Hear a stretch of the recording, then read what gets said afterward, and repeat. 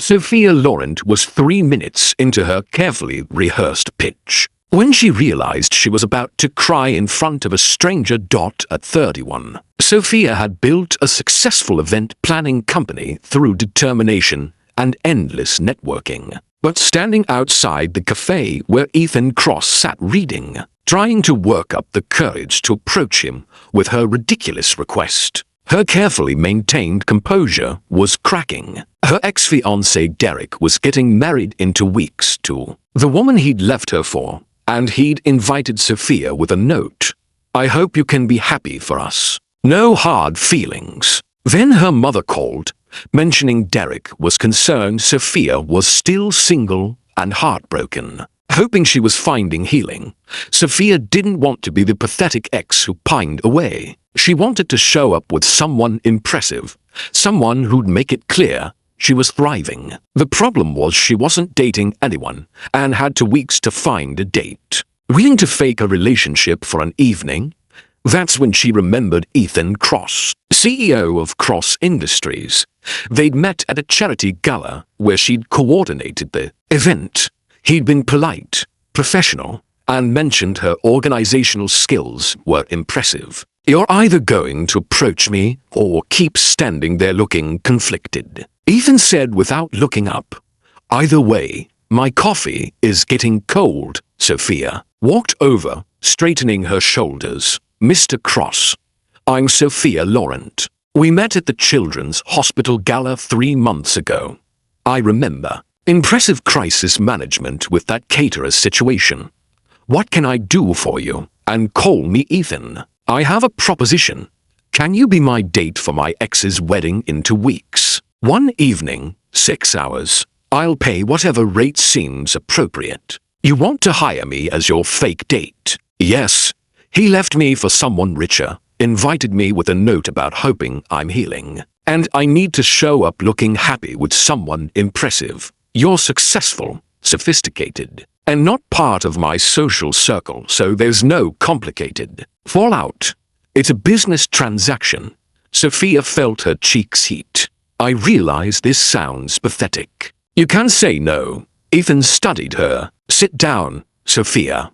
I'll do it, but not for money. I'll do it because your request is honest in a way most people aren't. Because I respect your willingness to ask for what you need. And because I also have an ex who married someone more appropriate." He smiled slightly. "Consider it mutual petty satisfaction. But we need 3 real dates before the wedding to be convincing. Otherwise we'll look like strangers.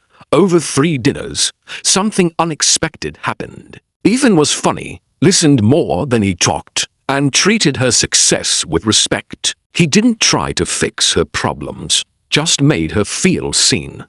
"I think I actually like you," Sophia admitted. "Is that going to make this weird?" "Only if you want it to. I like you too. You're driven and honest and treat me like a regular person." Ethan met her eyes. "Your ex is an idiot for letting you go." The wedding was as awful as anticipated until she walked in with Ethan, his hand on her lower back.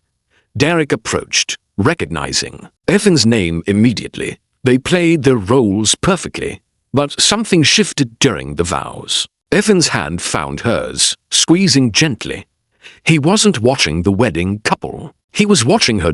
When the vows mentioned loving someone for who they actually are, he whispered, "That's the kind of love worth having." "Ethan, are we still pretending?" "I stopped pretending around our 2nd date," he admitted quietly. "I'm here as your fake boyfriend, but I'm feeling like a real one. If that makes you uncomfortable, I'll walk away after tonight.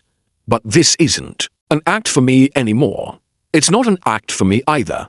When Derek approached later saying, "I'm glad you've moved on, Sophia," she realized she didn't need his approval. "I am happy. Your wedding was lovely." She meant it.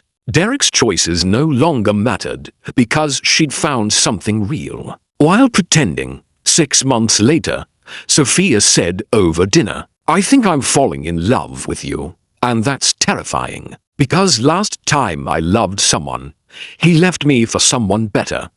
I'm falling in love with you too. I'm terrified because my ex left me for someone more appropriate. And I've been scared since. Ethan took her hand.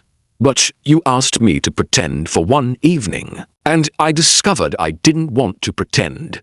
I wanted it to be real. So let's be terrified together and choose each other anyway. A year after approaching a stranger with a desperate request, Ethan proposed at a charity gala Sophia was coordinating. Kneeling in front of hundreds of guests, Sophia asked me to be her fake date because she was tired of being seen as pathetic. I said yes, thinking it was a favor.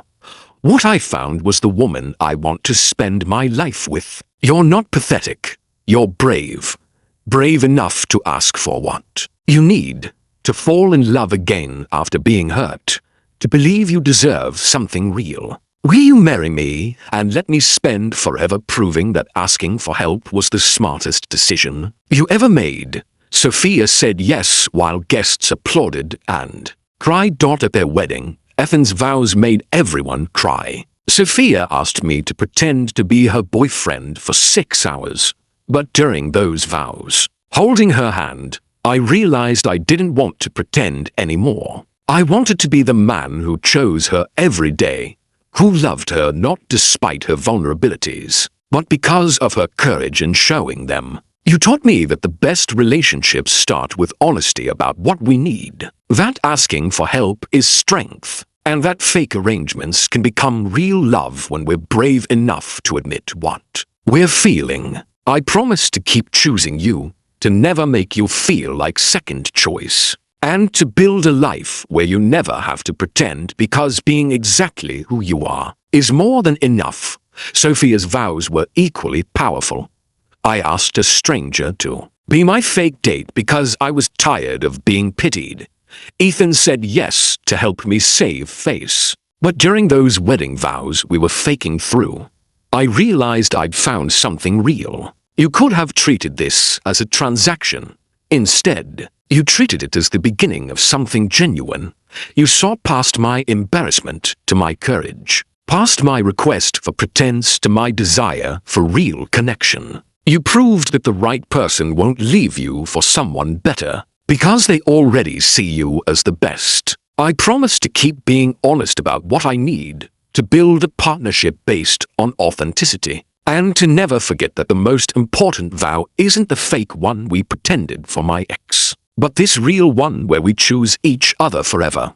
The woman who desperately asked a CEO to be her fake wedding date discovered something more valuable than vindication, that sometimes our most desperate moments lead to our greatest blessings, that people who start as convenient solutions can become genuine partners, and that the love worth having isn't the one we perform for others, but the one we build honestly, together, starting with the courage to admit what we need and the grace to accept it when someone says yes. If this story touched your heart, please like, share, and subscribe. Leave a comment below about a time when something fake became something real.